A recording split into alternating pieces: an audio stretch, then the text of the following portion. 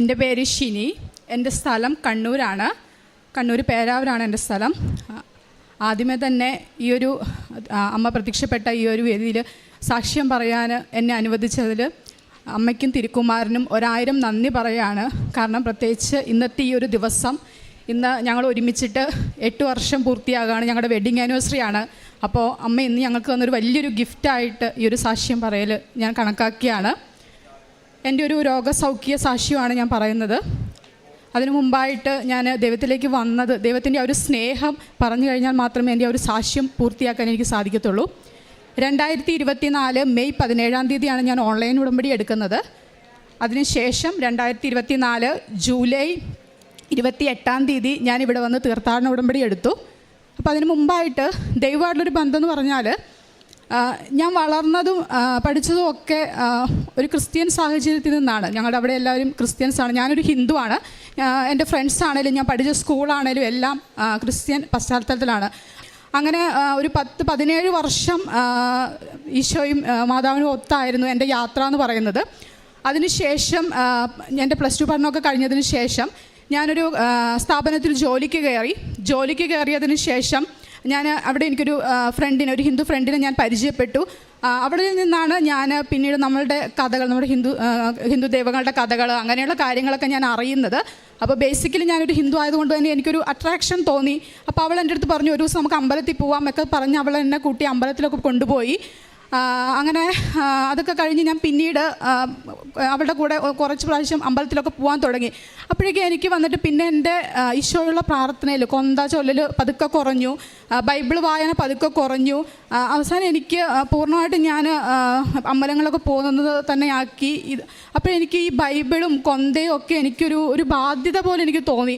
പക്ഷേ എനിക്കിത് കൊടുത്തുവിടാൻ ഭയങ്കര വിഷമമായിരുന്നു. കാരണം 10-17 വർഷം എൻ്റെ കൂടെ, എൻ്റെ ഒരു ആത്മാവ് പോലെ എൻ്റെ കൂടെ ഉണ്ടായിരുന്നാണിത്. പക്ഷേ ബേസിക്കലി നമ്മളങ്ങനെ ആയതുകൊണ്ട് ഞാൻ ആ ബൈബിള് കൊന്തയെല്ലാം ഞാൻ എൻ്റെ വീടിൻ്റെ അടുത്തുള്ള ഒരു ചേച്ചിക്ക് ഞാൻ വളരെ വിഷമത്തോടെയാണ് ഞാനത് കൊടുത്തുവിട്ട് ഞാനത്. അതിനുശേഷം ഞാൻ പൂർണ്ണമായിട്ടും അമ്പലങ്ങളൊക്കെ പോകാനൊക്കെ തുടങ്ങി. അതിനുശേഷം എൻ്റെ കല്യാണം കഴിഞ്ഞു. കല്യാണമൊക്കെ കഴിഞ്ഞ് ഞാനിങ്ങോട്ട് പോന്നു. ഇവിടെ നിന്നും അങ്ങനെ തന്നെയായിരുന്നു. അതിനുശേഷം ഞങ്ങളുടെ കുടുംബജീവിതത്തിൽ കുറച്ച് പ്രശ്നങ്ങളൊക്കെ വന്ന് സ്റ്റാർട്ട് ചെയ്ത് തുടങ്ങി. അതുപോലെ തന്നെ അപ്പോഴാണ് എനിക്ക് PCOD സ്റ്റാർട്ട് ചെയ്യുന്നത്. 4 വർഷമായിട്ട് എനിക്ക് PCOD ഉണ്ട്. ആദ്യം തുടക്കത്തിലെ വലിയ പ്രശ്നങ്ങളൊന്നും ഇല്ലായിരുന്നു.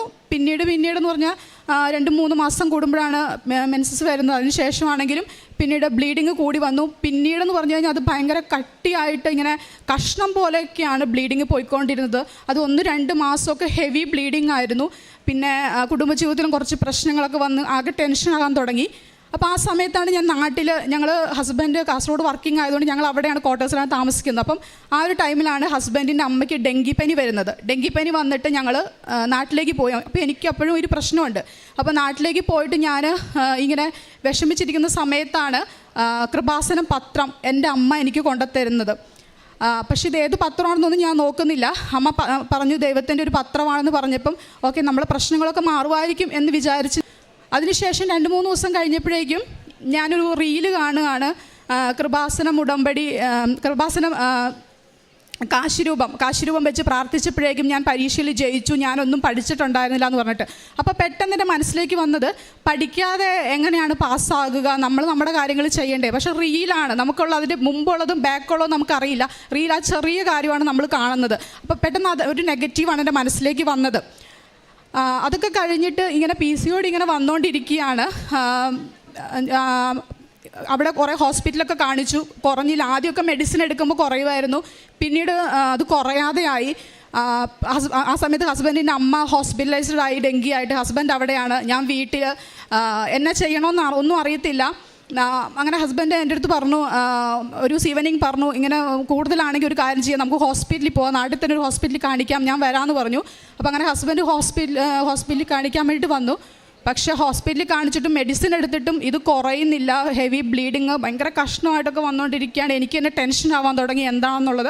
അങ്ങനെ ഞാൻ ഡിപ്രഷൻ അടിച്ചിരിക്കുന്ന സമയത്താണ് എൻ്റെ വീടിൻ്റെ അടുത്തുള്ള ഒരു ചേച്ചി, സീമ എന്നാണ് ചേച്ചിയുടെ പേര്, ചേച്ചി വീട്ടിൽ വരികയും എന്നോട് ചോദിച്ചു, നീ എന്താ ഇവിടെ വന്നിട്ട് കുറേ ദിവസമായോ? എൻ്റെ വീട്ടിൽ വന്ന് നിൽക്കുകയാണ് ഞാൻ, കുറേ ദിവസമായോ, അമ്മ ഹോസ്പിറ്റലിലെന്ന് പറയുന്നിട്ട് നീ പോയില്ലേ എന്ന് എൻ്റെ അടുത്ത് ചോദിച്ചു. അപ്പോൾ ഞാൻ പറഞ്ഞു, ചേച്ചി എനിക്ക് ഇങ്ങനെ ഒരു ഹെൽത്ത് ഇഷ്യൂസ് ഉണ്ട്, ഇതാണ് കാര്യമെന്ന് ഞാൻ ചേച്ചിയോട് പറഞ്ഞു. അപ്പോൾ ചേച്ചി എൻ്റെ അടുത്തൊന്നും പറഞ്ഞില്ല. ചേച്ചി വീട്ടിലേക്ക് പോയി. 2-3 ദിവസം കഴിഞ്ഞ ശേഷം ചേച്ചി വീണ്ടും എന്തോ ആവശ്യത്തിന് വേണ്ടി എൻ്റെ അമ്മേനെ വിളിച്ചു. അമ്മേൻ്റെ ഫോണിൽ വിളിച്ചപ്പോഴും ഞാനാണ് ഫോൺ എടുക്കുന്നത്. അപ്പോൾ ചേച്ചി പറഞ്ഞു, എൻ്റെ അടുത്ത് പറഞ്ഞു, നീ ഇതുവരെ പോയില്ലേ എന്ന് എൻ്റെ അടുത്ത് ചോദിച്ചു. അപ്പം ഞാൻ പറഞ്ഞു, പോയില്ല ചേച്ചി, എനിക്കിത് കുറഞ്ഞില്ല എന്ന് പറഞ്ഞു. അപ്പോൾ കുറച്ച് കഴിഞ്ഞപ്പോഴേക്കും ചേച്ചി വീട്ടിലേക്ക് വന്നു. ഉടമ്പടി തൈലമായിട്ടാണ് ചേച്ചി വന്നത്. അപ്പോൾ ചേച്ചി എൻ്റെ അടുത്ത് ചോദിച്ചു, നിനക്കിത് കുറഞ്ഞു കഴിഞ്ഞാൽ നിനക്ക് സാക്ഷ്യം പറയാൻ പറ്റുമോ, ഉടമ്പടി എടുക്കുമോ എന്ന് എൻ്റെ അടുത്ത് ചോദിച്ചു. എനിക്ക് സത്യം പറഞ്ഞാൽ പെട്ടെന്ന് കരച്ചിലാണ് വന്നത്.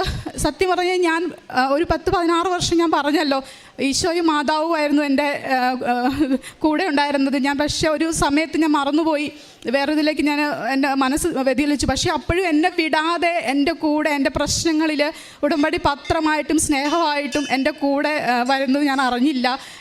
ചേച്ചി അത് പറഞ്ഞപ്പോൾ ഞാനത് തിരിച്ചറിയുമായിരുന്നു. ആ ഒരു വലിയ സ്നേഹം, നമ്മളോടുള്ള ഒരു കരുതൽ ഞാനത് തിരിച്ചറിയുമായിരുന്നു.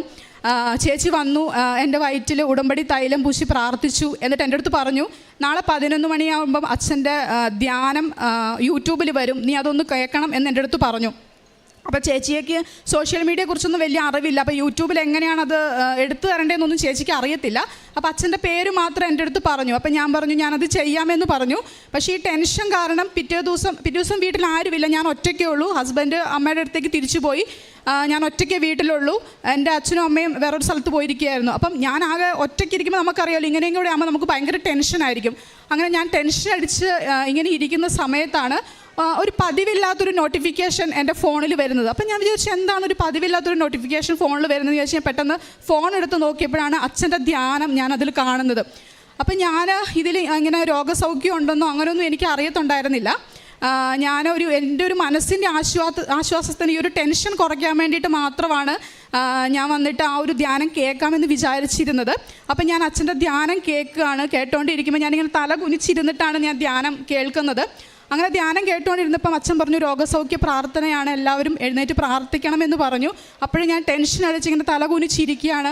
അപ്പോൾ അച്ഛൻ ആ രോഗസൗഖ്യ സാക്ഷ്യത്തിൽ 3-ാമതായിട്ട് പറഞ്ഞത് PCOD ഉള്ള മക്കൾക്ക് ഇപ്പോൾ സുഖം പ്രാപിക്കുന്നു എന്നുള്ളതാണ്. അത് കേട്ടപ്പോഴേക്കും ഇപ്പോഴും എനിക്കൊരു കുളിര് വരികയാണ്. അത് കേട്ടപ്പോഴേക്കും എൻ്റെ മേലാകസകലം കുളിര് കയറി. എനിക്ക് സങ്കടമാണ്, എനിക്ക് പൊട്ടിക്കരഞ്ഞ് ഞാൻ എന്താ പറയുക, ഞാൻ ഒട്ടും എക്സ്പെക്റ്റ് ചെയ്തിട്ടുണ്ടായിരുന്നില്ല അത്.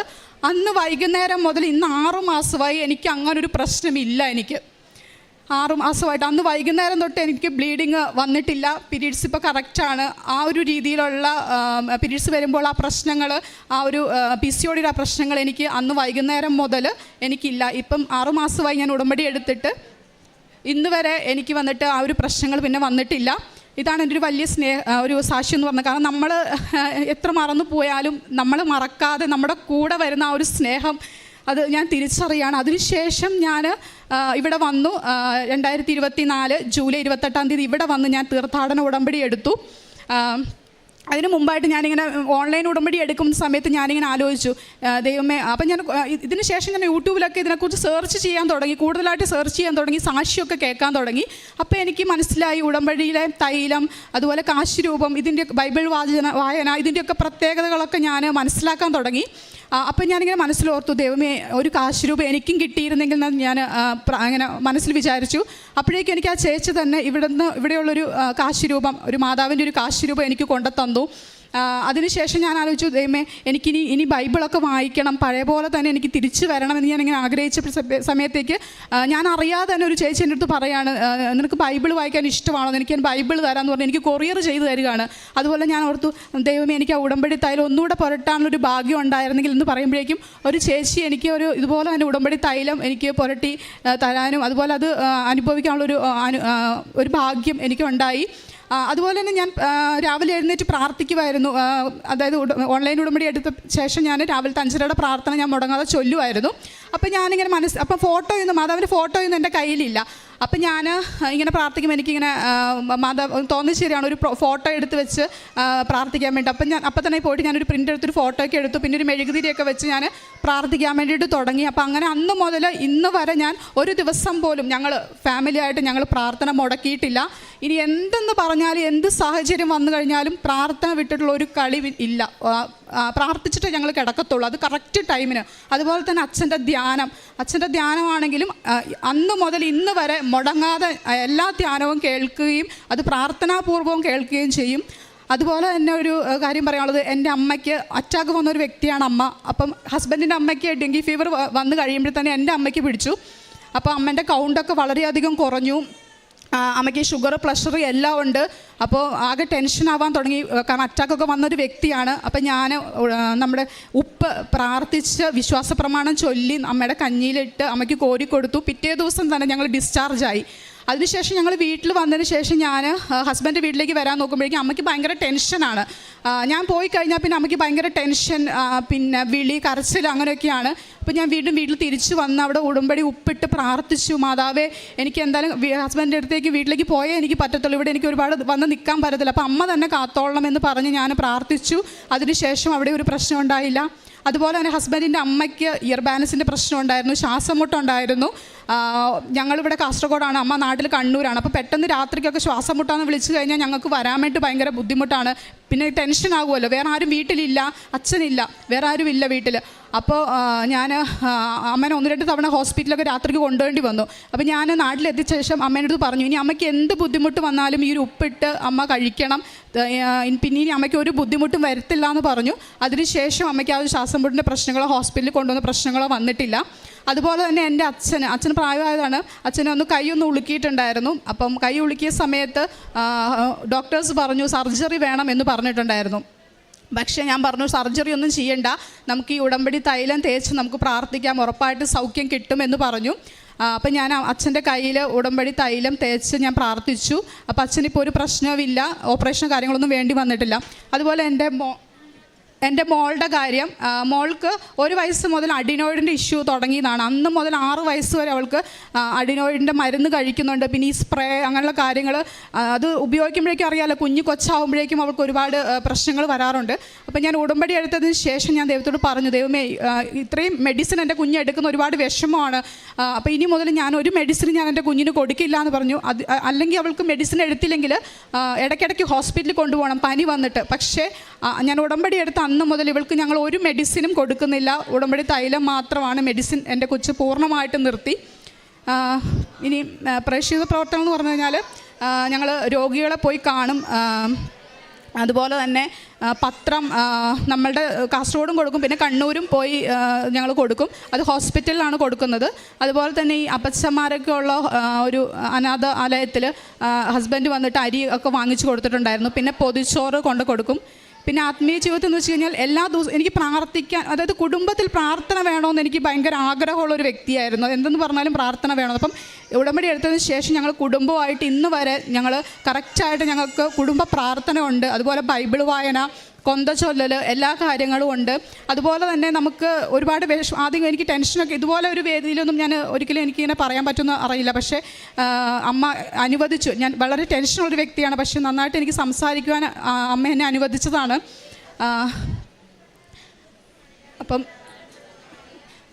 അപ്പോൾ എനിക്ക് ഇത്രയും അനുഭവങ്ങൾ തന്നതിന് അമ്മയ്ക്ക് ഒരായിരം നന്ദി പറയാണ്. പ്രത്യേകിച്ച് ഈ ഒരു ദിവസം, ഞങ്ങൾ ഒരുമിച്ച് ഈ ഒരു ദിവസം ഞങ്ങൾക്ക് ഈ വേദിയിൽ 3 പേർക്ക് ഒരുമിച്ച് നിന്ന് വന്ന് സാക്ഷ്യം പറയാൻ അനുവദിച്ചതിന് തിരുക്കുമാരനും അമ്മയ്ക്കും 1000 നന്ദി പറയുകയാണ്. മത്തായി ശ്ലീഹായുടെ വിശുദ്ധ സുവിശേഷം 9-ാം അധ്യായത്തിൽ 20 മുതലുള്ള തിരുവചനങ്ങളിൽ 12 വർഷമായി രക്തസ്രാവം മൂലം കഷ്ടപ്പെട്ടിരുന്ന ഒരു സ്ത്രീയെ സുഖപ്പെടുത്തുന്ന ഈശോയെ നമുക്ക് കാണുവാൻ കഴിയും. ആ സ്ത്രീ ഈ പിന്നിലൂടെ വന്ന് അവിടുത്തെ വസ്ത്രാഞ്ചലത്തിൽ സ്പർശിക്കുന്നു. ഈശോ തിരിഞ്ഞ് അവളോട് പറയുന്നുണ്ട്, മകളെ ധൈര്യമായിരിക്കുക, നിൻ്റെ വിശ്വാസം നിന്നെ രക്ഷിച്ചിരിക്കുന്നു. ആ സമയം മുതൽ അവൾ സൗഖ്യമുള്ളവളായി. ഇവിടെ ഷിനി ലിജു തൻ്റെ അനുഭവ സാക്ഷ്യത്തിലൂടെ താൻ എങ്ങനെയാണ് ഈശോയെയും അമ്മയും സ്നേഹിച്ച് വന്നിരുന്നത്, എന്നാൽ പിന്നീട് തനിക്ക് അതൊക്കെ എങ്ങനെ നഷ്ടപ്പെട്ടു പോയി, വീണ്ടും തന്നെ ആ സ്നേഹവലയത്തിലേക്ക് എങ്ങനെ ഈശോ ചേർത്ത് വയ്ക്കുന്നു, പ്രാർത്ഥനയ്ക്കിന്ന് എത്രമാത്രം പ്രാധാന്യം, അത് കുടുംബ പ്രാർത്ഥന എന്നൊക്കെയാണ് പറയുക ഷിനി ഇവിടെ. അങ്ങനെ ജപമാലയും തിരുവചന വായനയും ഇതൊക്കെ തൻ്റെ ജീവിതത്തിൽ ഒഴിച്ചുകൂടാൻ പറ്റാത്ത കാര്യങ്ങളായിട്ട് ഷിനി പങ്കുവയ്ക്കുമ്പോൾ അതിന് ഷിനിയെ അർഹയാക്കിയത് ഷിനി മറന്നുപോയിട്ടും ഷിനിയെ മറക്കാത്ത ദൈവത്തിൻ്റെ സ്നേഹമാണെന്നാണ് ഈ മകൾ ഇവിടെ പറയുക. രക്തസ്രാവക്കാരി സ്ത്രീ കഷ്ടപ്പെട്ട അതേ അവസ്ഥയിൽ താൻ 4 വർഷമായി തൻ്റെ ബ്ലീഡിങ്ങുമായിട്ട് PCOD, അപ്പോഴിതൊക്കെയായിട്ട് താനിങ്ങനെ ഹോസ്പിറ്റലുകൾ മാറി മാറി നടക്കുന്നു. എന്നാൽ ആർക്കും സുഖപ്പെടുത്താനാവാത്തത് ലോകവൈദ്യനായ ക്രിസ്തു സുഖപ്പെടുത്തുന്നു. ഇവിടെ ബഹുമാനപ്പെട്ട VP ജോസഫ് അച്ഛൻ്റെ ഉടമ്പടി ധ്യാനം കൂടാനായതും താൻ ഉടമ്പടിയെക്കുറിച്ച് എങ്ങനെയാണ് അറിയുന്നത്, ഇങ്ങനെയൊക്കെയുള്ള കാര്യങ്ങളാണ് ഈ മകളിവിടെ പങ്കുവെച്ചത്. രോഗസൗഖ്യ പ്രാർത്ഥനയുടെ സമയത്ത് ഈ മകൾക്ക് പരിപൂർണ സൗഖ്യം ലഭിച്ചു, തനിക്കത് ശരീരത്തിൽ അനുഭവപ്പെട്ടു. അത് ബൈബിളിലും അങ്ങനെ തന്നെയാണ് പറയുക, അവൾക്കത് ശരീരത്തിൽ അനുഭവപ്പെട്ടു എന്ന് പറയുന്നുണ്ട്. അങ്ങനെ തന്നെ സുഖപ്പെടുത്തിയ കർത്താവിനെ പിന്നീട് പൂർണ്ണമായി പിൻചെല്ലുകയാണ് ഈ മകളും ഈ മകളുടെ കുടുംബവും. പിന്നീട് ഓരോന്നും തനിക്ക് കിട്ടിയത് തൻ്റെ ഹസ്ബൻഡിൻ്റെ മാതാപിതാക്കളുടെയും തൻ്റെ മാതാപിതാക്കളുടെയും ഒക്കെ കാര്യങ്ങൾ, തൻ്റെ കുഞ്ഞിൻ്റെ കാര്യം, കുടുംബ സമാധാനം, ഇതൊക്കെ പറയുമ്പോൾ ഇന്ന് അവരുടെ 8th വെഡ്ഡിങ് ആനിവേഴ്സറി അത് അമ്മയോടൊത്ത് ഈ ആലയത്തിൽ പങ്കിടുവാനും തനിക്കിങ്ങനെ ഒരു വേദിയിലൊന്നും തനിക്ക് പറഞ്ഞ് പരിചയമില്ല, ഇതിനുള്ള ഗഡ്സ് ഒന്നും തനിക്കില്ല. എന്നാൽ ഇതിനൊക്കെ തനിക്ക് കൃപ ചെയ്തത് അമ്മയുടെ ഇടപെടലുകളാണ്, ഈശോയുടെ കരുണയാണെന്ന് ഈ മകള് ഇന്നിവിടെ വിളിച്ചു പറയുകയാണ്, പ്രഘോഷിക്കുകയാണ്. തൻ്റെ കാരുണ്യ പ്രവർത്തനങ്ങൾ, പ്രേക്ഷിത പ്രവർത്തനം, അതിനൊന്നും അണുവിട വ്യത്യാസം വരുത്തുന്നില്ല. എല്ലാം വേണ്ട രീതിയിൽ തീഷ്ണതയോടെ തന്നെ മുമ്പോട്ട് പോകുന്നു. ഈ കുടുംബത്തിനെ ഇന്ന് ഇവിടെ കൊണ്ടുവന്ന് നന്ദി പറയുവാനായിട്ട് ഇവർക്ക് കൃപ ചൊരിഞ്ഞ ദൈവത്തെ നമുക്ക് കരങ്ങളടിച്ച് മഹത്വപ്പെടുത്താം. യേശുവേ നന്ദി, യേശുവേ സ്തുതി, യേശുവേ ആരാധന. അത്യപൂർവ ദൈവാനുഭവങ്ങൾ ഇനി നിങ്ങൾക്കും സ്വന്തം. ഈ യൂട്യൂബ് ചാനൽ ഇതുവരെ സബ്സ്ക്രൈബ് ചെയ്തിട്ടില്ലെങ്കിൽ ഇപ്പോൾ തന്നെ സബ്സ്ക്രൈബ് ചെയ്യുക. ഈ വീഡിയോ ഇപ്പോൾ തന്നെ നിങ്ങളുടെ സുഹൃത്തുക്കൾക്ക് ഷെയർ ചെയ്തുകൊണ്ട് കർത്താവിൻ്റെ പ്രേക്ഷിതരാകുക.